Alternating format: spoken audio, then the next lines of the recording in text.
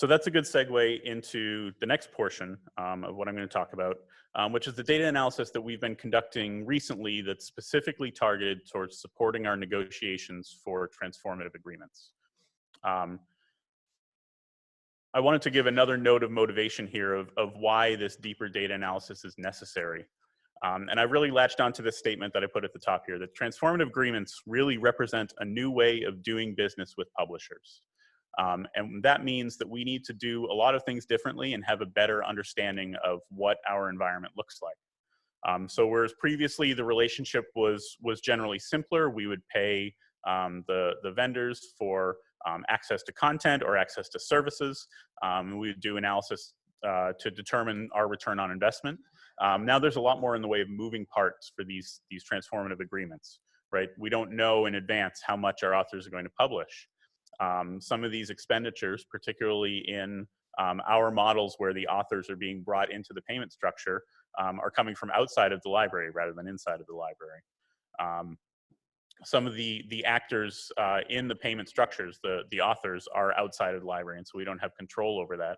And we're trying to build these models that will exercise control over a previously unregulated area of interaction, right? So we were originally not involved in this sort of interaction between authors and publishers for APC payments. We're trying to develop these models to bring that into the fold of what we're negotiating with publishers for. And so as a part of preparing for these negotiations, we really need to do this deeper data analysis because we need to fundamentally understand what this means for our bottom line, how funding might flow from place to place, or how funding flows might change, funding flows between us and publishers, between authors and publishers. And we need to determine what models might match our local priorities. And every institution has different priorities about what they want to be advocating for in a model.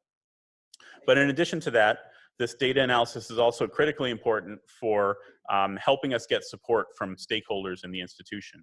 And Jeff talked a fair bit about this idea of coalition building, particularly with faculty in our institution.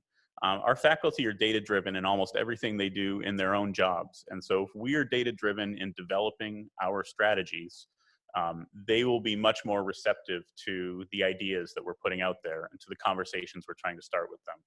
So it really helps us convey our efforts and our ideas to faculty if we have data behind it that can support it. And then additionally, when we're talking with vendors, we're talking about their core business model. And so you can bet that they've done this data analysis to figure out what this would mean for their business. And in order to be on equal footing with them when we're talking with them about these models, we need to do this data analysis ourselves. Of course, this means gathering a fair bit more data to be able to do these advanced analyses. And so I've listed up here a few of the different types of data points that we need to gather. One of the challenges of this is that there's not really necessarily a standard for a lot of these data points. There's no counter compliant data regarding list price APCs, regarding volume of publication. One of the important things here is looking at whether the author from your institution is the lead author on an article or the corresponding author on an article. There's no standard way to get that data. And so this ends up meaning a fair bit of manual work goes into cleaning the data and synthesizing it and refining it. But the result is some powerful analyses that really help us to understand the world that we're in. And so let me go and show a couple more tools that we've been using in our analysis. So I'll start with this, what I call the institution publishing analysis. And there's a lot of raw data that goes into this, and I won't go too deep into it other than just to show a quick view of all of the data points that we've used to build this. A lot of this comes from Web of Science, but we've also mapped in data from Crossref. We've mapped in data from Essential Science Indicators. We've mapped in data from Unpaywall. So there's a lot of different data sources that are coming in here to help give us a big picture view of where our authors are publishing. And so this chart in particular is looking at article distribution by publisher for the entire University of California system. And what's nice about this tool, like I said, is like the previous tool, it's dynamic. So we can change the inputs and it'll change the charts so that we can sort of tailor this to tell us what we need to. So if we wanted to do this analysis for just UC Berkeley rather than for all of the University of California campuses. We could just change this, and we'll give the spreadsheet a minute to catch up.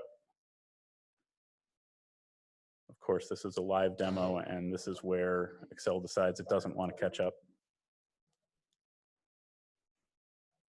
There we go. And it'll update, and it'll show us. And so we can make these changes and observe the different environments that our individual campuses might be operating in. So if we notice, IEEE has jumped up to be one of the largest publishers for UC Berkeley. And that's understandable given knowledge about UC Berkeley's subject focus. But it's something that is not easily teased out by this big data set that we looked at. So I'll put those data points back. I'll just mention that the other chart that we have on here looks at how much of the content published by our campuses is available open access.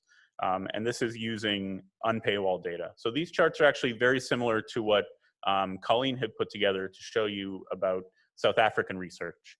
And I had a chat with her a minute before my presentation about how we should really combine the tool that I have here that allows for this dynamic analysis with the data set that she has that could really provide some powerful data for you here. The other option that we have here is to narrow the analysis down by subject. And so this is looking at the subject of the journals. And so as you might expect, if we pick certain subjects, that's going to change what the various publication pattern pictures look like. So if I delete everything here except for physics, and it'll take a minute to reload, but you can bet that there will be a lot more open access in physics, knowing the culture of the subject and the history of posting an archive and participation in scope 3. And so I'm hoping this will jump to a nice, yes, mostly open graph of showing where the content is. And then of course we can go back up and look at that original graph by subject, and we can see that this even shows a heavier focus in a handful of publishers for the subject of physics, right? Whereas previously we had talked about the 80-20 rule, where 80% of the publication is in something like 20 publishers. In this case, it's really 80% of the publication is in about 7 or 8 publishers for this subject area.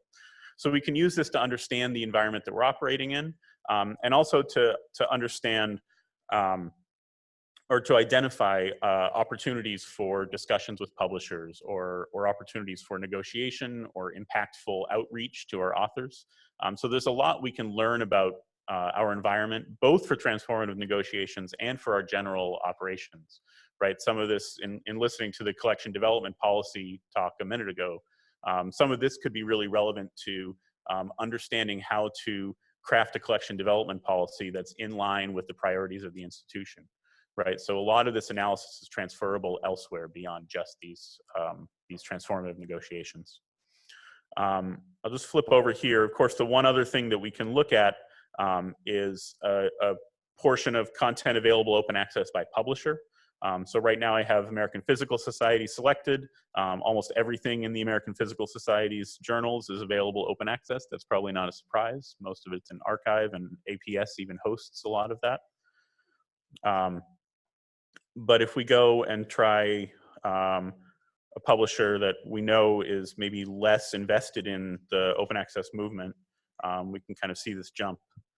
And so we can see that there's a fairly big difference here, right? And so we can use this to sort of assess how different publishers are behaving or how they're encouraging open access or not. That really helps us sort of set our strategy. Similar to this tool, I need to find the right one. I've built this dashboard in Tableau, which is a data analysis and visualization tool. This is a very similar chart, so I won't spend too much time on this, except to just point out that there are other tools that you can use to build these in that might have different sort of impacts in the community. So whereas these spreadsheets are really valuable and powerful, as you saw, they're kind of large and clunky, and it takes Excel a lot of time to get through the processing. Tableau is a lot quicker and creates a more web-based dashboard. So we could use this for maybe a more targeted analysis for something that we share with certain communities to show them particular messages. And that's really a key of data analysis, is building good visualizations that can tell these stories as well. So just thinking about how can we build some sort of interactive tool that can really tell these stories beyond just showing. I mean, this is why I'm doing the live demos, right? Is because the tools are interactive, and that makes them more powerful rather than just showing charts up on the screen. So this really shows similar charts of what's closed, what's open through various methods, either gold open access or green open access. It has breakdowns by subject here, and we can click through and look at the specific numbers for all of these. So I won't spend more time on that. But the last tool that I do want to show is what I'm calling the offsetting worksheet. And this tool is really what we've been using to inform our negotiations with specific publishers for transformative agreements. And so what we're able to do with this is map in raw data on what our authors are publishing with a given publisher, data about the journals in those publishers. And so this includes things like list price APC, business model, imprints. That comes from some of those sources that I mentioned, right? Colleen mentioned the Delta Think consultancy, their open access data and analysis tool. So that provides us a lot of data that we use in here. But also a lot of this comes from going to the publishers' websites and downloading this data. But using this data, we can really get a better picture of the environment of publication with a particular publisher. So we can see how many articles our authors are publishing open access, what the list price APC is for those articles. So we can think about or try to understand what our authors are spending now in APCs, which is a question that we don't really have a great answer to generally when we're interested in figuring out what our investment is with a particular publisher. It's hard. It's easy for us to know the subscription costs. It's very hard for us to know the cost of what our authors are paying directly to those publishers. And so this can help with that. I'll kind of go through this quickly, but this takes as inputs all of that raw data that I clicked through. I put in subscription data here. Again, this is fake data, so don't think that we go and pay $100,000 for Springer's contract. And then based on all of this raw data and all of the APCs and things that we've mapped in, we can estimate what our authors' APC payments were in given years, and based on article growth rates, we can estimate what we would expect our authors' APC payments would be in future years. So based on data from 2017, we can estimate that our authors in this made-up data set will spend about $60,000 in APCs with Springer in 2019. So that really helps us develop this sort of whole picture of what we're spending with a particular publisher. That's what I've kind of summarized here, is that our total spend is about $217,000, and that's $153,000 in subscription and about $63,000 in APCs. Then what we can do with this data is we can map in some of these structures that we've been negotiating for. So we can see what those structures will mean for our overall analysis, or our overall agreement with that publisher, right? So again, like what Jeff was talking about with our multi-payer negotiations, what we're trying to negotiate for are discounts to the list price APCs, and then we're choosing a library subvention to pay on every article, and then we're asking authors to pay with their grants if they have grant funding available, and then we're paying on behalf of the authors that don't have grant funding available. So all four of those things can be inputs into this model. So we have one tab that's negotiated APC. So what is the APC that we're able to negotiate with this publisher, or what APC do we think we'll be able to negotiate with this publisher? So let's say we can negotiate a 20% discount, so we're paying 80% of each APC. Then it tells us what the average APC for each type is. So based on that 20% discount, our average APC with this publisher would be about $2,200. We can input how much that library subvention is. So let's say like we were saying, let's say that our subvention is $1,000 on every article. So we put that in here. And then we can estimate how many authors are actually going to pay with their grants if they have grant funding available. So this posits that 20% of our authors are paying with their grants for that remainder if they have grant funding available. Otherwise, we're paying from the library's funds. Based on all of those inputs, we kind of pull all of that data together, and then we can look at the total revenue to the publisher under this proposed model. So we can see that for our publication in these journals, under those parameters that we put in, we would expect to be paying about $210,000 to this publisher, which is quite comparable to the $217,000 that we estimated we pay now in subscription costs and APCs. We can also see how much of that is paid by the institution through these library subventions and through paying on behalf of the authors that don't have grant funding. And we can see how much of that is paid by a granting agency from those authors that do agree to pay out of their grants. So we can really see sort of a breakdown of all of the payment streams to publishers in these models that we're negotiating for. And we can compare it to what we think we were paying previously. And then again, this is all dynamic. And so if we have reason to believe that more authors will be paying out of their grant funding, we could change our expected percentage for subscription journals.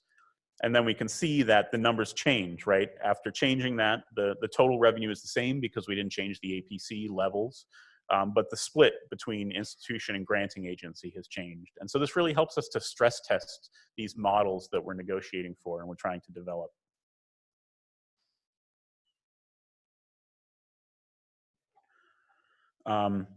The one last piece that I'll run through very quickly is that below that sort of stress testing section is really a section where we kind of determine how the rubber meets the road in a contract. So we can put in different parameters that we're thinking about in terms of crafting a proposal to a publisher.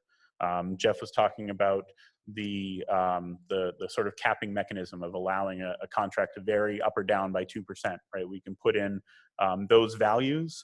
We can put in what we want the base fee that Jeff was talking about to be, and we can see how that calculates based on our previous subscription spend and our previous APC spend if we want to include that. We can estimate how much of a reading fee we want to put on. And then we can test at actual publication levels and see what the overall picture is. So if we say we set up this model, right, and we expected that some number of publications would be published in a particular year, what happens if actually we overestimated and only 50 articles were published? Then we can see that, well, we ended up well under that minimum, that plus or minus 2% range. And so maybe that might change how we set our assumptions. On the other hand, if we say that, well, we underestimated publication, what does it look like if 150 articles were published? And we end up over that maximum. And so we hit that top end of the cap. And so based on this, we can kind of estimate where there's room for flexibility in the model, where we might need to build more room for flexibility, and what the actual parameters are. So I will jump back and I'll just spend a couple minutes on some takeaways here. So if you take nothing else away from this talk, I want you to understand that data analysis is critically necessary to these processes, right? We really need to get a good grasp of what our authors are spending, what the publication patterns are, what the environment is that we're operating in, right? Because without that, we can't talk with publishers at their level, and we can't develop these ideas that are in line with what we're trying to do. This really helps give us confidence in our approach, and it also helps us convey compelling messages to our faculty. And that's also critically important in building this coalition that we're trying to build to get support for these types of models. However, it's not a trivial process. So obviously, quite a bit of work went into these spreadsheets and these tools. And so it's important to expect to invest some amount of resources in doing this data analysis and doing your homework to make sure that you're able to get to these points of being able to negotiate on equal footing with the publishers, right? There's always unique aspects to consider when you're replicating data analyses. So we've done a lot of this work and we're willing to share it. But that doesn't mean it's a simple plug and play. You just tell Web of Science to give me this data set and drop it in, and then all these charts are made, right? There's some refinement, there's some tweaking that's always needed there. And it's important to always be sort of flexible and responsive when you're building these tools or building these analyses, because circumstances will change, either local circumstances or priorities. or in discussion with publishers, there might be changes in the publisher's priorities or in what you're negotiating for or the negotiation levels. And so building that in is also not trivial. But this is sort of one of the themes for today, right? This data analysis isn't something you need to do alone. So there's, as you've seen, there's several institutions working on this, including us. All of the Excel tools that I've shown today are shareable. And so I'll show you in a second where you can download some of them. Some of them aren't posted yet, but you can contact me and I'm happy to share them with you.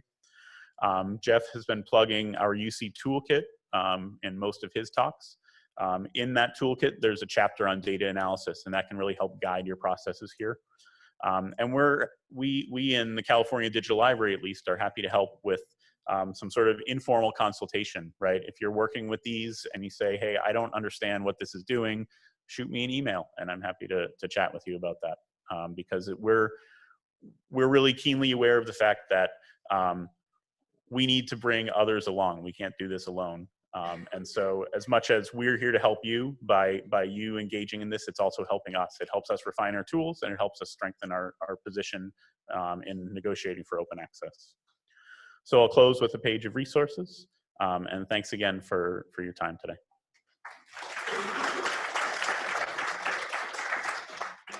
Any comments, questions for Matt? Just a comment. Hi, Ben from Wiley. That was so interesting. I'd just like to echo from our experience, I think we touched on yesterday, how important this kind of work is. And I would just from a Wiley perspective as well, we have always been very willing also to share what data we have, because I think we should always bear in mind the very significant caveat that the data that's available is not 100%, I would argue.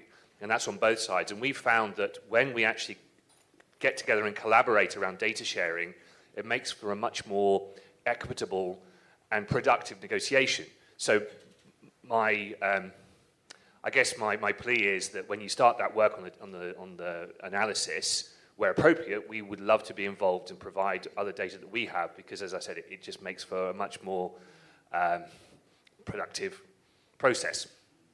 Yeah, definitely agreed. I would say that the discussions where we have to quibble about differences in our understanding of the data are not productive, and when we can work with publishers that will help us understand that, and we can come to sort of a common conclusion about how much is being published and how much is being paid in APCs, right? That really just makes the conversation a whole lot easier. So this is a plea to other publishers in the room too, as you're able, if you're talking with libraries about this, help them with this data analysis, because they can use it. Okay, thank you, Matt.